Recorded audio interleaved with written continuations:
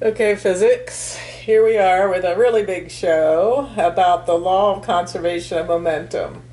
It's probably on your day 3 notes. Whatever it is, take notes, very good notes, and let's see what the law of conservation of momentum is. When the sum of the forces working on a system is zero, the total momentum in the system cannot change. So this is a pause point where you get to write this down, and I read it again. The law of conservation of momentum: when the sum of the forces working on a system is zero, the total momentum in the system cannot change. Alright, so the law of conservation of momentum is saying this. So I'm going to make some thoughts over here. We know from the previous class that change in momentum equals F times change in time, the FAT equation. So force times change in time. So when we see that, according to this law, it says the sum of the forces work on a system is zero. So right in the middle of this equation, there are situations where the change in momentum equals, when we get to force, the sum of the forces is zero. So we have a situation that we're studying today where the change in momentum is zero. That's why we say when the forces acting on a system are zero, that the total momentum of the system cannot change. Change of momentum equals zero. None. Nunca. Alright, so that will mean to us, remember, change in momentum can be thought of as momentum final minus momentum initial equals zero. So the momentum final is the same as the momentum initial. Sometimes we're going to say that as momentum before equals momentum after. Same idea, just a little easier to apply to our problems if we think of it that way. Alright, so we'll pull that out of our hat in a little bit. But right now I'm going to put you into sum of the forces is zero. Sum of the forces working on a system is zero. I'm going to put you in training to identify situations where the sum of the forces working on a system is zero. Because only then can we do the problems that we're going to do today, is when that happens. So, first scenario, we're looking for places where the sum of the forces acting on a system is zero. And the first one I'm going to evaluate and put you into training is when a tennis ball is hit by a racket. So that is the event. That's the system. You see the word system up here. That's what I'm talking about. So the tennis ball is hit by a racket. So here's a picture of it, and I actually put the system in a box here. So you'll say you're looking for the sum of the forces working on a system is zero. So here is the system, and I'm looking at forces that are acting on that system, not in the system. Inside the system there are all kinds of forces. You've got the ball hitting the racket, you've got the racket hitting the ball, but I'm talking about in this whole rectangle, on this whole system, what are the forces working on it? Do they sum to zero? So another way of asking that is, does the law of conservation of momentum apply here? Can we say there are no outside forces acting on the system? So again, I'm not counting the ball hitting the racket or the racket hitting the ball. That is the action of interest. So ignoring all those forces, is there any force outside of those that would cause us to say the law of conservation of momentum does not apply here? And the answer is the law does not apply, because there is definitely an outside force, and you can see it right there. It's somebody's arm. So in this case, we cannot use the law of conservation of momentum. So does it apply? No, no, no. Can we say that there are outside forces acting on that system? Yes, yes, yes.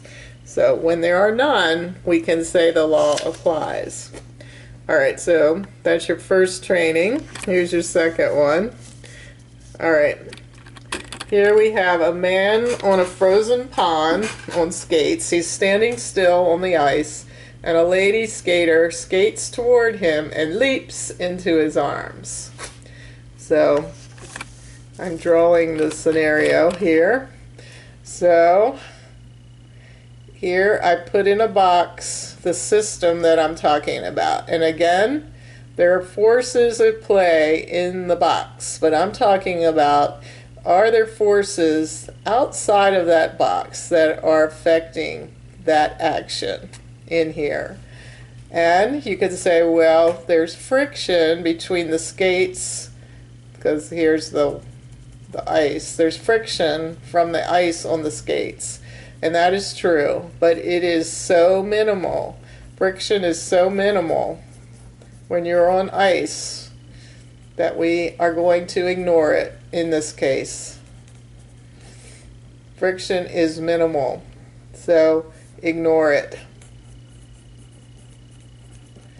So, ignoring friction, there are no outside forces acting on this scenario here.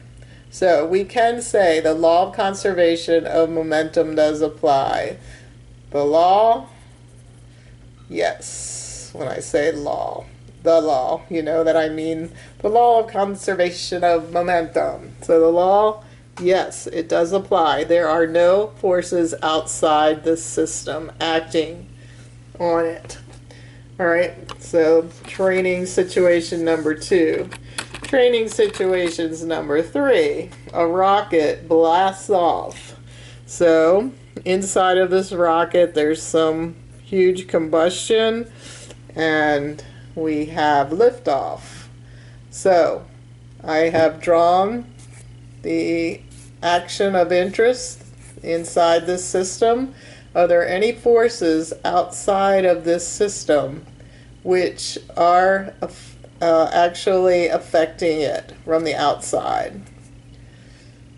Does the law of conservation of momentum apply? The answer is yes. There are no forces outside of this box affecting it, affecting the liftoff. So the law applies. All right. So go on to our 4th training session, and after a while you'll be all trained. All right, suppose we have a car that is careening toward another car, and I'm going to box off. Here's the system I'm talking about. One car is going to come and collide with another car, so we have a collision here. And that is, are there any outside forces? And once again, you may say there's friction between the wheels and the ground, and that would be definitely an outside force affecting the system. But because we are using wheels and they are rolling, we are going to say friction is minimal, just like on the ice. Ignore friction. So the law of conservation of momentum, the law applies. Yes, it does. There are no outside forces affecting the collision. All right, how about this one? We take a chair and we throw it at the wall. So when we do that, Does the law of conservation of momentum apply? So I will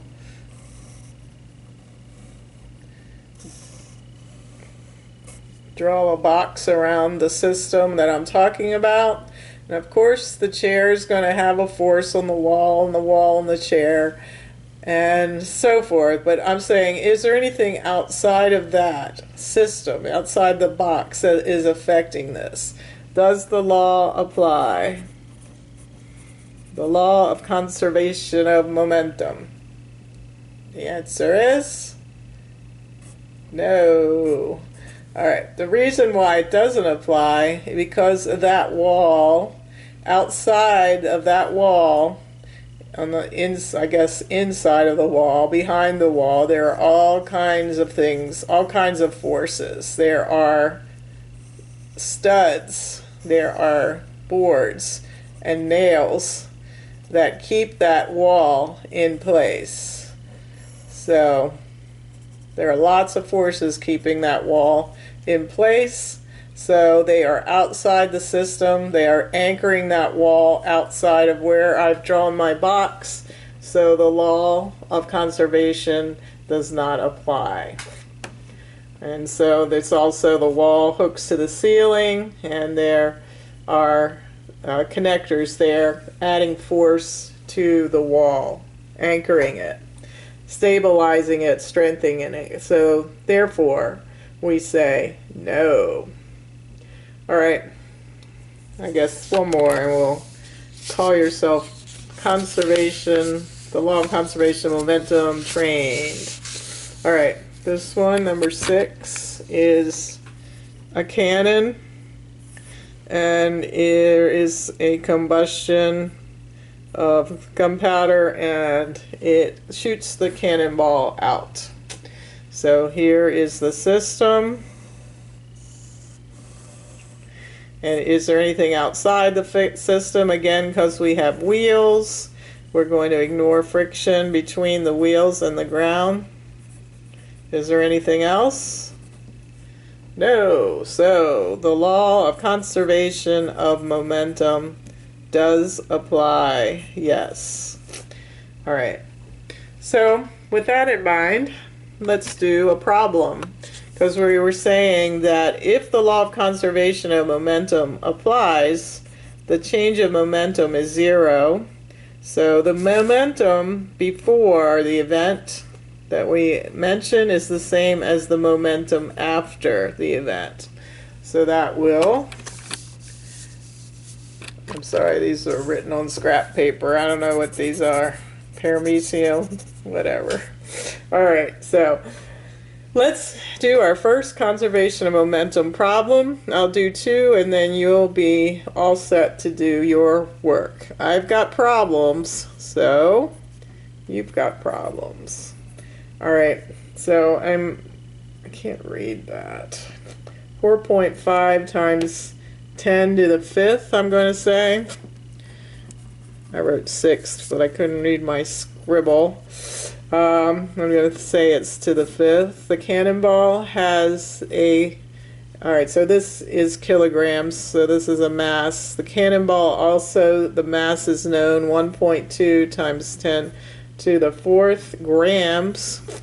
And the velocity of the cannonball is 145 meters per second. So I trust you're writing this down. We're ignoring friction. And the question of interest is find what happens to the cannon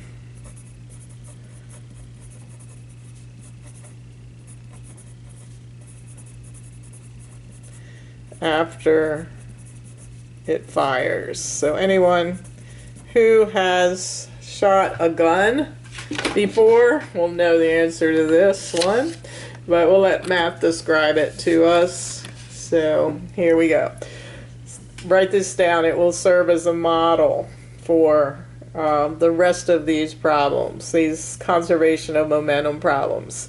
To do these, first establish whether the law of conservation applies. So if you see no outside forces affecting the system, you can go ahead and state that the momentum before the event, in this case the shooting of the cannonball, equals the momentum after. So step one, momentum is mv, so momentum before, I'll call it m and v before, equals m and v after. So before this event, so here's a dividing line. This is before it's shot and after it's shot. So before the shooting, the mass before, you'll notice, is the combination. Before it's shot, the cannonball is in the cannon. So we have a combination of two masses. So mass before is going to be the 4.5 times 10 to the 5th kilograms plus the 1.2 times 10 to the 4th grams. So let me move. So 1.2000 grams. If I change that to kilograms, I end up with 12. So I'm going to add 12 grams there. And what is the velocity before, is that cannon and the ball inside of it, is there any motion at all? And the answer is no. Before the shooting, the velocity is 0. Before the shot rings out. So let me move my line down. All right, so here's the before, here's the after. Now afterwards, we are told that the momentum times the velocity is going to be the same. So what is the mass after the shot? Well, after, you'll notice before we had one item, which was the ball in the cannon. After, we had two separate items. We had the cannon and we had the ball outside of the cannon. So after the event, before we had one event, and after the event, before we had one item because the ball was in the cannon, and now we have two because the ball is outside of the cannon. So we're going to have to get the total momentum afterwards.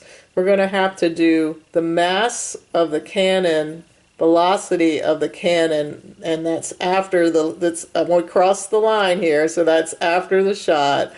And the mass of the cannonball, I'll just call it the ball, mass of the cannonball, and the velocity of the ball. So the momentums have to be added after, because there's two separate items. Alright, so let's fill it in. The mass of the cannon is still 4.5 times 10 to the 5th. And the velocity of the cannon afterwards is what we're looking for, because I say, what happens to the cannon after it fires? So we want to see what happens to that number, plus the mass of the cannonball, which I guess we decided was 12. And the velocity of the cannonball was known to be 145. I'm working in kilograms, so let's solve that for velocity of the cannon. So over here we had a 0, so that was easy. And over here we have to multiply 12 times 145 and bring that over here where it'll be a negative number and divide it by that. And the velocity of the cannon will come out to be negative 0.0038 meters per second, and follow the math. So what does that tell us happened to the cannon after it was shot? Well, if we called forward positive, the cannonball went positive 145, so it went to the right. That means the cannon actually went to the left a little bit at this velocity, 0.0038 meters per second. So what do we call that when we have a firing like a gun or a cannon, and the actual gun or cannon moves backwards suddenly after the launch of the bullet or the cannonball? What's that called? That kick that you feel is called a recoil velocity. So instead of saying to you, what happens to the cannon after it fires, I'm going to say, find the recoil velocity. And that could be a gun, a rifle, or a cannon. So, in response to a launch, we have a recoil velocity. And you can feel it, we call it a kick, when in your shoulder when you fire a gun. So, alright, let's try one more, and I'll call it a day for this, and I'll call it a day for the video, but it sets you up to do your problems. I've got problems. Alright, so the next one we'll do is a head-on collision of two vehicles. So one's going that way, and one's going this way. And that's the before picture. And then you can imagine the after picture is when we have them smushed up together. Alright, so this before and after. So we already talked about this as being a system where there are no outside forces, so we're going to say the sum of the outside forces is 0. The law of conservation of momentum applies. So the momentum before is going to equal the momentum after. And the question is, well, let me give you all the particulars. Let's say this car is moving to the right 19.3 meters per second, and this car is moving to the left at 22.1 meters per second. So in our formula we'll put that, or in our equation we'll put that in as negative. The mass of the car here on the right is 895 kilograms. The one here on the left that's moving right is 675 kilograms. And the question is, find the velocity of the crash. So when they crash together, they're going to hook together, and will they be moving right or left? So you had a more massive car, but it's going faster this way, and a less massive car going slower this way. So you can suspect what will happen, and I want to know the velocity. So find the velocity of the crashed cars. Alright, so here we go. We'll keep this line because we have the before and after. So momentum before equals momentum after.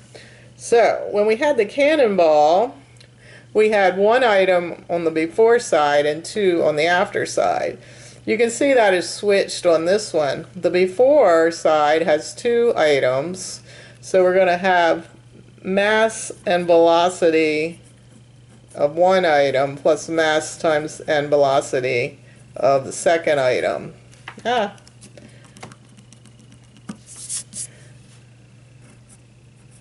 But at the end of the event, they're together, so there's only one. So there's mass, the mass of the combined, and the velocity of the combined. I'll call it C for combined. Alright, so before, there are two separate items. I'm going to do a momentum from each and add them up. At the end, they're one item, and I called it mass combined, velocity combined.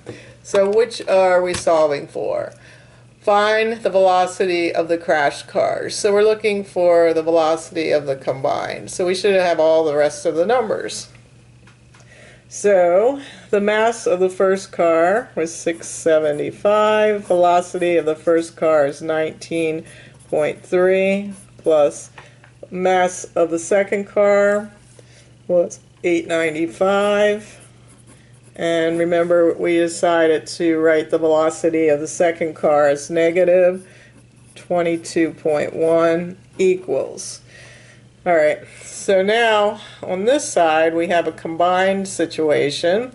So their masses are still unchanged, but they are combined, so I have to add them. So the mass of the combined mess after the collision is 675 plus 85, and the velocity of the combined is what I'm looking for. So now we have numbers everywhere except the one that we need, so we just tap that out. So go ahead and take a few moments and do that. So we get a number plus a number equals a number times velocity combined. Once you get these two numbers, add them together, divide that sum by this sum, and you'll get, I got velocity of the combined is negative, we thought it would go to the left, 4.30 meters per second. And that negative sign is indicating direction, which is required. Alright, I will leave you with one, and I will give Mr. DeBloom the answer, so you can see if you can repeat this thinking. Let's say we have a still skater.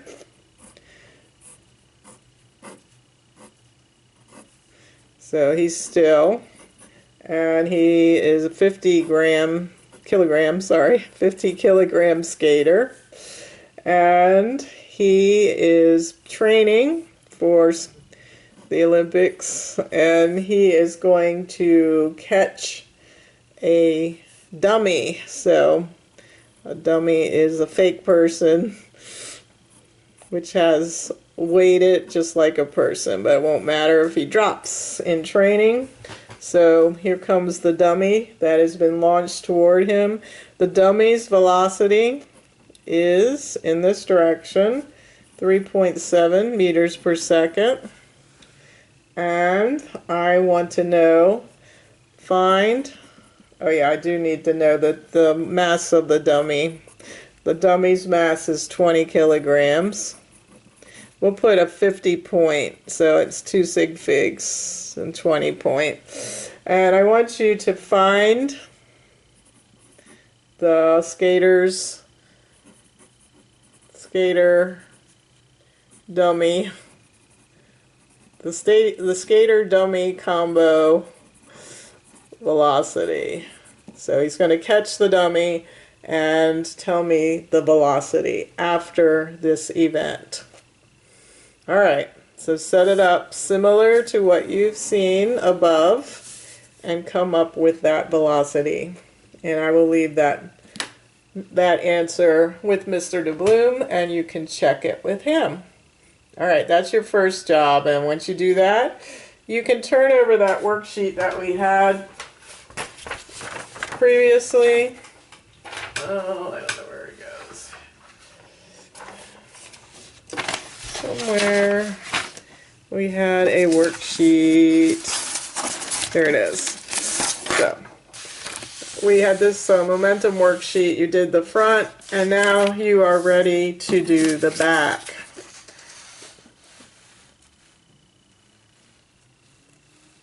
Alright, so I want you just to work on them in class. So see how many that you get done. Mr. Bloom will have the answers. Check with him as you go.